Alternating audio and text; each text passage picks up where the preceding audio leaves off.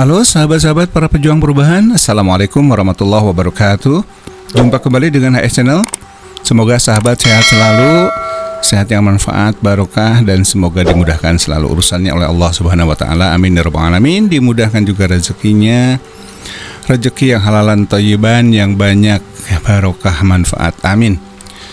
Oke sahabat, Amin mengalami kenaikan dari web atau web resminya Timnas Amin. Kami di Direktorat Pengamanan dan Pengawalan Suara di beberapa provinsi, walaupun secara nasional masih bertengger di posisi yang sama. Tetapi kita lihat dulu webnya pemilu 2024.kpu.go.id untuk melihat perkembangan terkini seperti apa. Oke, kita lihat. Nah, kita refresh ya. Oke, nah posisi yang sekarang dari 78,10% TPS yang sudah diinput atau dihimpun oleh KPU ini dari 823.236 TPS. Sudah dihimpun atau diinput 642.916 TPS sampai hari ini 5 Maret jam 7:14. Oke, nah kalau dilihat dari perkembangan kemarin ini terus turun di posisi sekarang Amin. Persentasenya tetap ya, karena sepertinya ini dipertahankan di persentase ini.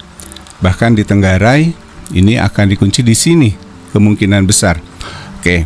Nah, dari 78,10% yang sudah dihimpun KPU ini, Amin meraih 24,49% dengan suara 31.376.918, turun lagi. Terakhir kemarin 31.380.000 bla bla bla. Kemudian 31.379.000 dan seterusnya. Nah, sekarang 31.376.918 turun lagi ya. Hal yang sama juga dialami oleh paslon 02 dan 03 ya. 03 tetap persentasenya, tetapi angkanya sedikit berubah. Kemudian paslon 02 persentasenya berubah sedikit, 58,82% sekarang. Terakhir kemarin 58,83%.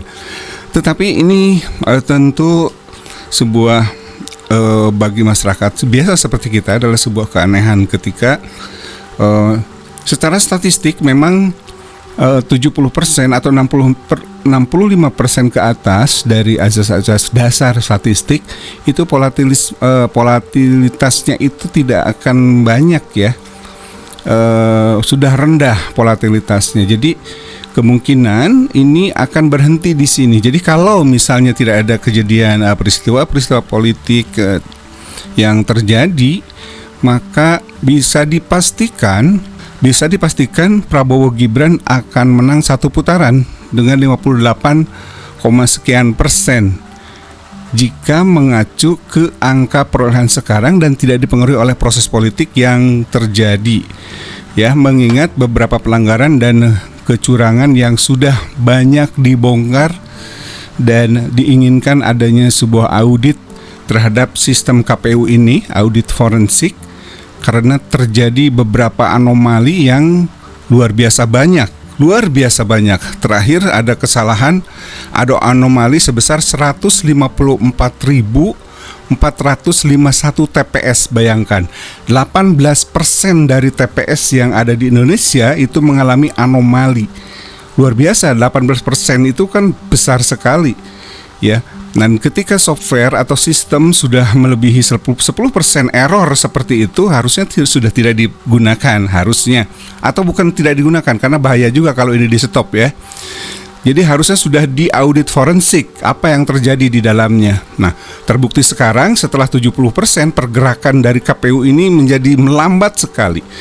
ya, terutama ketika terjadi penghentian perhitungan suara manual berjenjang di tingkat kecamatan kemarin sekitar tanggal 24 Februari kalau tidak salah. Nah, ketika terjadi libur seperti itu, banyak anomali atau berpotensi menimbulkan anomali-anomali yang kita khawatirkan. Nah, oke, itulah ya. Jadi untuk sistem yang ada di pemilu perhitungan atau sistem perhitungan dari KPU ini di pemilu 2024.kpu.go.id yang sebelumnya diklaim Sirekap dan sekarang sudah terbukti ini bukan Sirekap karena Sirekap yang asli itu sudah tidak berfungsi. Menurut tim IT kami bahwa Sirekap dari KPU yang sebelumnya mau digunakan itu sudah tidak berfungsi dan sekarang kembali ke Situng 2019. Itu keterangan langsung yang saya peroleh dari rekan saya, Dr. Muhammad Agus Maksum. Dan kita sudah tidak percaya lagi dengan sistem perhitungan pemilu 2024.kpu.go.id ini sebelum ada audit forensik ya. Sebelum diadakan audit forensik.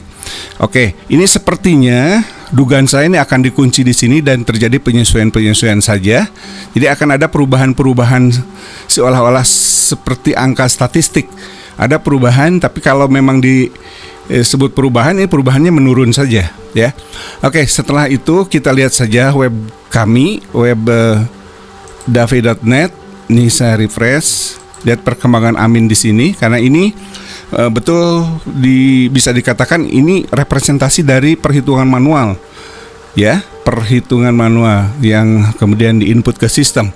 Sudah 159.347 TPS dari 820.161 TPS sudah terisi atau sekira 19,4%. Dari sisi persentase nasional belum banyak berubah. Ya, Amin memperoleh 11.323.634 suara. Ini juga naik ya. Persentasenya tetap di 36,4%. Kemudian Prabowo Gibran di 49,5% dan Ganjar Mahfud di 14,1%. Oke, nah terlihat di sini jika sahabat perhatikan Sumatera Barat yang sebelumnya di bawah 30% sekarang Amin naik kembali menjadi di atas 40%. Ya, mulai merapat ke Prabowo Gibran 44%, Anies Muhaimin, Prabowo Gibran 49% dan Ganjar Mahfud 8%. Nah, ini sesuai dengan prediksi ketika beberapa TPS yang sudah diinput, terutama TPS-TPS unggulan yang banyak suaranya untuk Amin, maka di Sumatera Barat ini mulai naik kembali dan diprediksi sesuai dengan yang sudah juga dihitung oleh KPU, ini di Sumatera Barat ini Amin menang. Dan sepertinya di KPU 2024.go.id tersebut tidak berani bermain-main data dengan Sumatera Barat, Aceh, DKI Jakarta, termasuk Jawa Barat ya.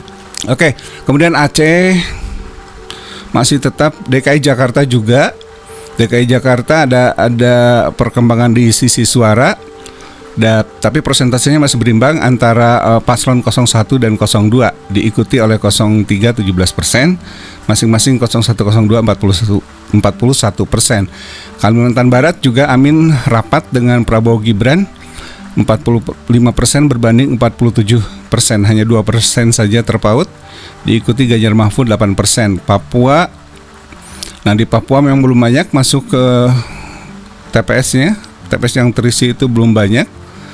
Maka Amin masih unggul di 52%, kemudian diikuti Prabowo Gibran 38% dan Ganjar Mahfud 9%. Kemudian di Aceh, Amin masih tetap merajai dengan 76% dengan raihan persentase keseluruhan. Aceh ini sudah menghimpun 43% lebih ya, 43,87%, hampir 44% dihimpun, diinput oleh tim entry data untuk Aceh ini. Sudah aman. Riau juga, Riau Amin leading dengan 49%, diikuti Prabowo Gibran 45% dan Ganjar Mahfud 6%. Sumatera Utara, Amin merapat ke Prabowo juga angkanya. Anies Mohaimin 46%, Prabowo Gibran 48%, dan Ganjar Mahfud 6%. Sulawesi Selatan masih leading Amin dengan 49%, 48% Prabowo Gibran, dan 3% Ganjar Mahfud. Dengan cakupan TPS sudah 32,55% terisi di Sulawesi Selatan. Demikian juga dengan Kalimantan Selatan, rapat antara Anies Mohaimin dan Prabowo Gibran masing-masing Amin 46% dan Prabowo Gibran 48%, diikuti dengan Ganjar Mahfud 5%. Nusa Tenggara Barat juga sedikit dekat ya, Anies Mohaimin 43%, Prabowo Gibran 52%, dan Ganjar Mahfud 5%. Oke, itu jadi ada kenaikan ya, Amin naik di berbagai provinsi. Walaupun secara akumulasi nasional masih 36,4%.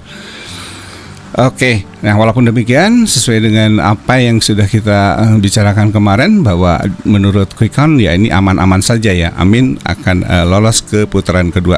Oke, itu sahabat informasinya, mudah-mudahan bermanfaat dan panteng terus HS Channel. Semoga sahabat-sahabat sehat selalu di sana, sehat yang manfaat, sehat yang penuh berkah. Terima kasih sudah menonton, terima kasih juga sudah subscribe. Semoga Allah Subhanahu wa Ta'ala senantiasa melindungi kita semua, lahir dan batin, dan semoga rezeki kita terus dimudahkan. Amin ya rabbal alamin. Aku qouli hadza wa astagfirullah li wa lakum. Wassalamualaikum warahmatullahi wabarakatuh. Salam perubahan. Allahu akbar.